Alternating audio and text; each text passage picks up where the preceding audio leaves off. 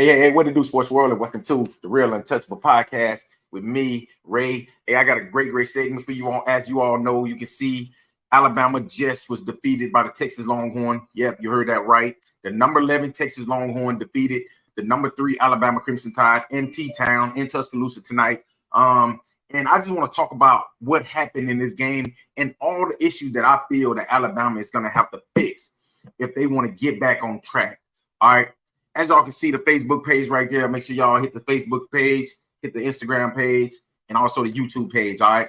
But listen, let's talk about this game, all right? I ain't gonna even lie. The game pretty much, I kind of had a feeling that something like this would happen because all day yesterday, you see what I'm saying? It's like my eye would jump in. I just feel like a bad vibe around me.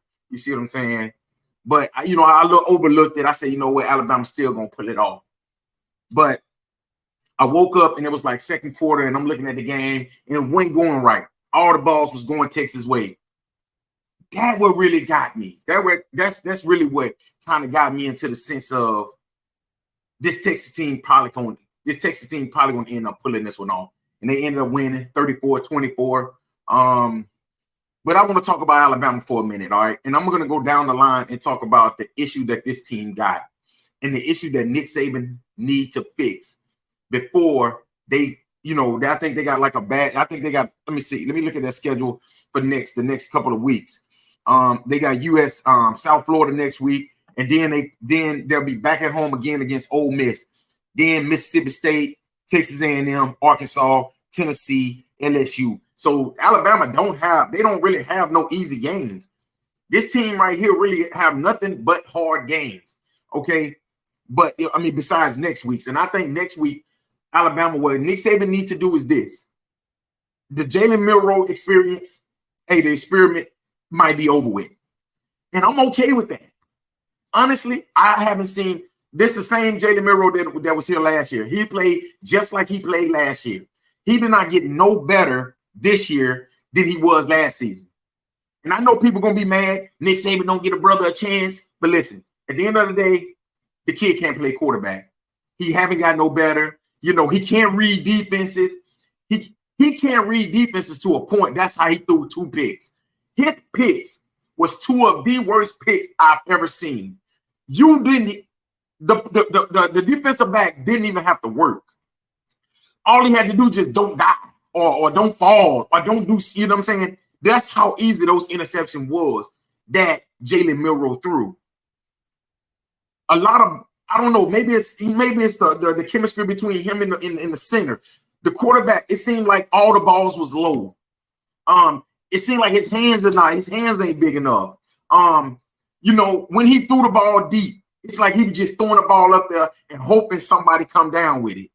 He was missing easy throws. He missed, and Alabama made a lot of mistakes as well. I can't blame it all on Jalen Milroe, but I will say this: when the running back came out the backfield on the wheel, okay, that was an easy that would most likely the easiest touchdown he would get all season.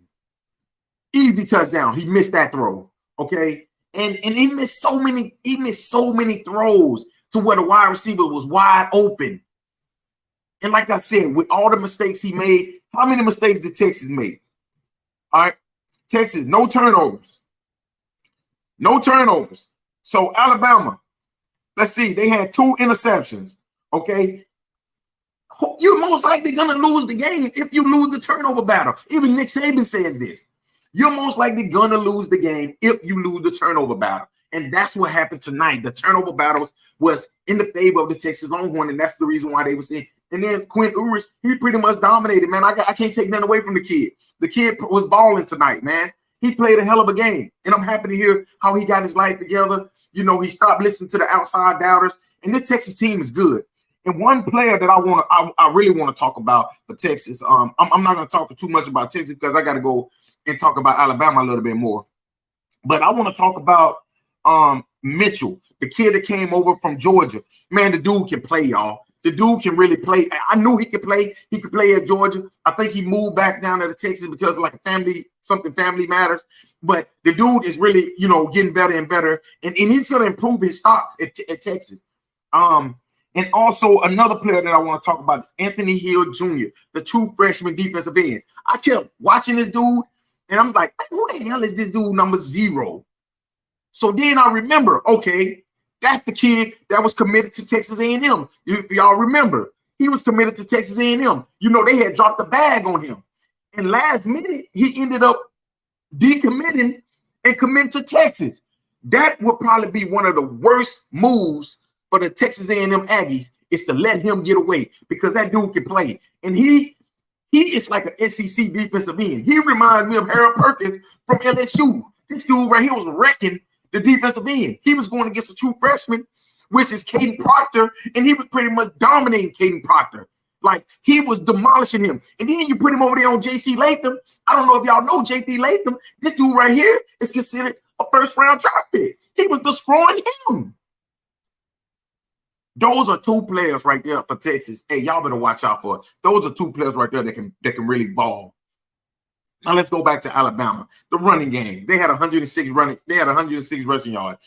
Jace McClellan couldn't really do anything. 12 carries, 45 yards. Jalen Milroe had the most carries with 15 carries for 44 yards. But I feel like all his yards was basically just regular yards. They weren't even yards that really mattered. You know, Roydell White, 6 for 12. Jam Miller, he had 2 carries for 6 yards. Alabama running game was basically extinct tonight. Just be honest with you. It was extinct. And they're going to have to get that run game together if they are going to win games in the SEC. Because the team that I saw tonight is a minimum 8-14. I can see them losing 4 games with the team that they put on the field tonight. I can see that team losing 4 games. And that's just because of all the miscues. All right. You know, the quarterback can't get the ball to the receiver. I can see Nick Saban trying. It can be a quarterback competition next week before that Ole Miss game. I can definitely see that happen, because it needs to happen. And everybody know how Nick Saban is. He's so loyal. Like, people mad at him because he benched Jalen Hurts, but people don't know he stuck with Jalen Hurts for the longest. He stuck with Jalen Hurts for a whole season. And Jalen Hurts, when every time he played in a big game, he struggled. And that's how this kid right here is, Jalen Milroe. He stuck with him the whole game. I would have pulled his ass in the second quarter. With all the throws that he was missing, I have to pull it. It's mandatory that I pull it. Let's talk about the wide receivers. Kobe Prince. I ain't gonna even lie, dude can play. Isaiah Bond, that dude can play. You got Jermaine Burton, that dude can play. The receivers can play. They just don't have nobody to get them the ball. You see what I'm saying? You don't have nobody to get them the ball. Let's go all the way. Let's go to the offensive line. Offensive line was, oh my God. The offensive line was terrible tonight. I'm going to be honest. The offensive line was terrible tonight. I can't even protect him. J.C. Latham, first-round draft pick. Projected first-round draft pick. Terrible tonight. The true freshman. And I'm not going to beat the true freshman up because, hell, he's 18 years old. Hell, to be honest with you, this is his second game of his college career, and I'm not going to beat the kid up because the kid is going to be great. He's going to be amazing. Him and Caleb Down. I seen Caleb Down break down some tonight, but they're true freshmen. This is what you want. This is right there what you expect when you put a true freshman on the field, and this is his second game it's against Texas. You see? So, but Caden Proctor, he got destroyed tonight. He was getting manhandled out there on that end. And this kid right here is like 6'8", like 340 pounds. But Anthony Hill Jr. was dominating him out there on that side, on his side. Was destroying him on that side. You see, but I expected him to get better. J.C. Latham, he's an experienced player. He's a junior. So I expected him to definitely be better. But the whole offensive line was terrible. Texas was getting so much pressure on Jalen Milroe, but also Jalen Milroe was seeing ghosts out there. Man, that dude was seeing ghosts, man. I don't know what he was looking around seeing shit. He was looking around seeing shit. And I'm like, man, what the fuck this dude seeing? Who the hell are he looking at? And that's a lot of inexperience. See, Bryce Young spoiled Alabama last year. You see Houdini. You see what I'm saying? We knew that we had the quarterback advantage over every team in college football. This year, the quarterback position might be the most weakest position this year. And I feel like he was seeing ghosts out there. Every time he snapped the ball, it's like he'll run up in the pocket and it don't even be no pressure.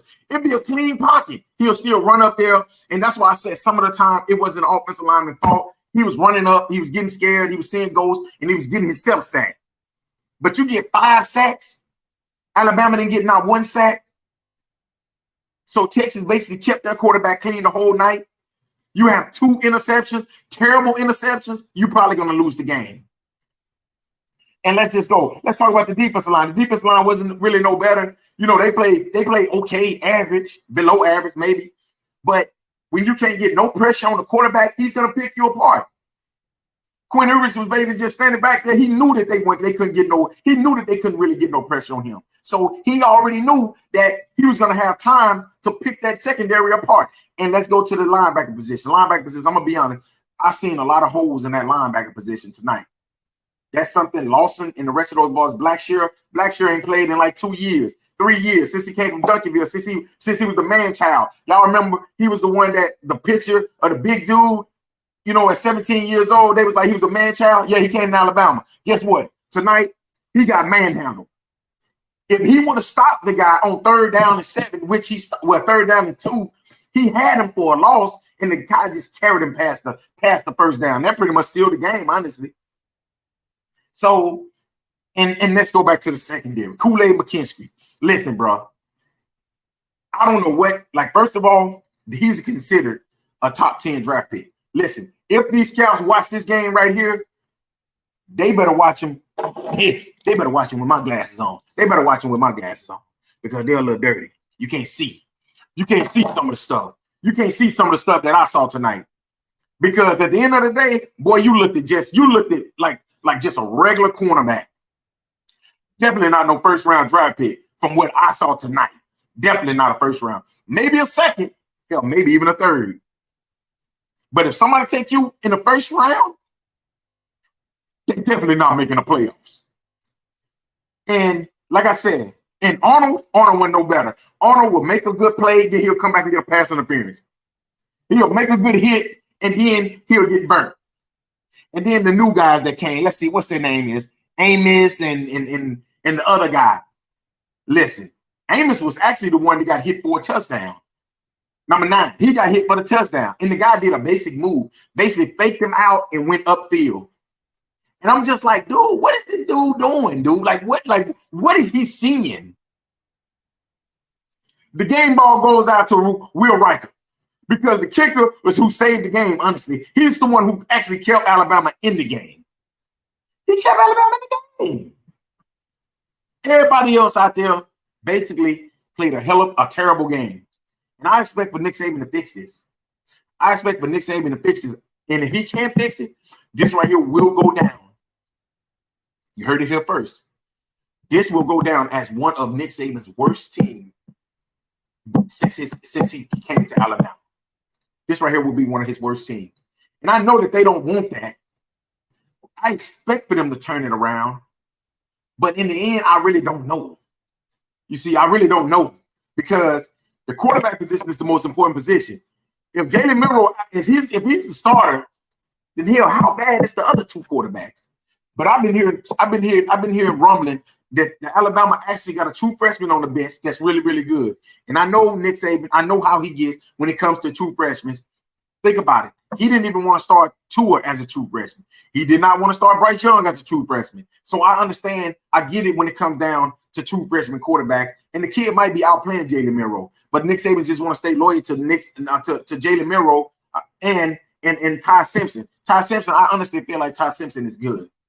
And I said this right here. If you look back at my picks this week, I said if Jalen Milroe plays bad, Alabama, this team is in trouble. And also, it's gonna open up the door for a quarterback controversy down there in Alabama. And it's open back up. That door wide open. It's just wide open. Because I can see Nick Saban starting somebody else at quarterback next week. I'm gonna be honest with you. I can't see Jalen Milroe being a starting quarterback at the University of Alabama next week or the foreseeable future. Like I said, they play South Florida next week. That's not a gimmick game. They're going to have to play, and they're going to South Florida. Then they come back and they play against Ole Miss. Ole Miss is a really good team, I still think, but they play Ole Miss at Alabama. It don't really matter. Hell, they lost tonight at Alabama, so it ain't like you can be like LSU, Death Valley. Hell, it ain't like some of these teams that you go down there, you damn near guarantee that you probably most likely it's a 90% chance you might gonna lose the game. Alabama's not one of those places. Alabama is not one of those places that you can just say that they're automatically gonna beat a team because they're playing them at their hometown. That's just not. I mean, just being real, that's just not it. But like I said, Alabama, I expect for them to get better on the offensive line. I expect for a new quarterback to be there next week. And I'm not bashing Jalen Milroe because Jalen Milroe, the kid probably, it was his first big game. And we got spoiled by like I said, Bryce Young spoiled us. We knew when Bryce Young got in the game, it was Houdini. We already knew. He was marching them down the field. Couldn't nobody stop him. Guaranteed. And that is what spoiled us. That is what spoiled most Alabama fans. And that's why we're so hard right now on Jalen Milroe. Because, like I said, he didn't play good. He didn't look good tonight. He actually looked below average. He basically looked below average tonight in this game right here. But I'm not going to take nothing away from Texas, man. Texas played a hell of a game. They had an amazing game plan. Coach Sark, he pretty much dialed it up. His quarterback picked Alabama secondary apart. He made every play that he can play. He made every play that he needed to play. And that's the question that I had coming into this game. Quinn Ewers, the first game, he didn't look that good at Rice. This game right here, the kid looked like if he continue to play like this, don't be surprised. Come December, he's sitting in New York for that Heisman Trophy presentation. And I'm just being honest with you because the kid can throw. I've been watching him ever since he was at fucking St. Lake Carroll High School in Texas. I've been watching him play for a long time, so I know that he's good. Hell, I was wondering why he went to Ohio State early. Because the year that he left, his team was considered one of the best teams, at least the top two teams in 6A. 6 or 7A, one of them. They was considered the favorite to win it all. So, he went to Ohio State, then he ended up transferring to Texas, and this right here is where he's at now. And I know he hear the rumbling, people talking, oh yeah, man, I feel like, Arch Manning should be starting or anybody else. But this kid right here pretty much dominated tonight in Alabama, in T-Town, against the number 3 team in the nation, the Alabama Crimson Tide, and the Tide goes down. I can't even say it's an upset. I can't really say it's an upset. You want to know why I can't say it's an upset? Because here Texas is good. They got just as good a recruits as Alabama do. I'm not gonna say they coach is the same, but I think that Alabama made a lot of mental mistakes, a lot of terrible. Like I said, they didn't capitalize on a lot of things. And like I said, you can tell when a game is going. You can tell when a team is most likely probably not going to win the game. When all of the little plays go the other team's way. Say like on that fumble, when Quinn Ewers fumbled and his running back picked it up. Come on. Off of plays like that you probably most likely you're in trouble. And I knew that tonight when those plays was going against Alabama. But like I said before, the number 11 Texas Longhorn defeats, upset, or whatever y'all want to put it, number 3 Alabama in T-Town 34-24 in their week 2 showdown. And Texas will be coming to the SEC next year. Do I think Texas will win the national championship? No, I don't think that. I think they'll probably they can win the Big 12. I still think they'll maybe lose 1 or 2 games in the Big 12. It's just the way Texas is. They play down to their competition. They'll play good at Alabama next week. They'll play good at Alabama this week, and next week they'll come out there and play down to a very bad team like Texas Tech. That's just the way they do things, man. I don't know why, but I will say this: if this team stay focused, if this team stay, on top of everything that they need to stay on top of, this team right here could easily be in the college football playoff. This is a really good team. They got a really good defense. And like I said, Alabama, they got time to bounce back. Will they bounce back? I don't know. We got a setback, and I'm gonna be talking about this all week. This Alabama team and what they need to do to get better for next week's game, and why Nick Saban. I'm saying this right here. You heard this first. Why Nick Saban? This right here might be the first time in his career where he feeling a little bit of heat on his seat. Not saying that he'll get fired, because I don't think Nick Saban will ever get fired. But I'm saying he might be feeling it right now, because Nick Saban teams really never loses. You know, a lot of his team never loses early in the season, especially when you got a schedule like this coming up. You know, you still got to go to Texas A&M. And I'm not saying Texas A&M lost tonight. Texas A&M lost to Miami. But you go into Texas A&M, that's a hard place to play at. They still got to play Tennessee. Hell, Tennessee got a three-headed monster at running back. I said this last week. And they got Joe Milton. What is normally Nick Saban's team kryptonite? A quarterback that can move, a quarterback that can run. They still got to play against Tennessee. They still got to play against LSU. LSU come to Alabama, but guess what? They still got to play against LSU. LSU going to be a really, really good team. I'm not taking nothing away from them. Y'all were bashing them last week. I was destroying their fans last week. Hell, I don't care. But at the end of the day, I'm going to respect this dude.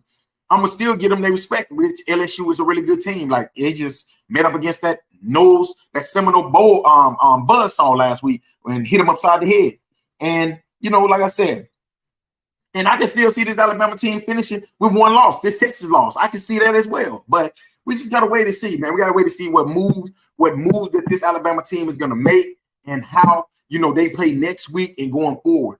And like I said, we'll get some answers in the next 2 weeks on how good this Alabama team is. Like I said, because they can't lick their wounds too long, because they still got a good team in South Florida next week. And if they win that game, then they got Ole Miss. And we know Ole Miss and Lane Kiffin, I feel like Lane Kiffin, that is something that I feel like that's the one thing that he feels is on his bucket list that he haven't done, is beat Coach Saban. If he can do that, I feel like dude can see it. He pretty much don't care now. He don't even really give a damn about it.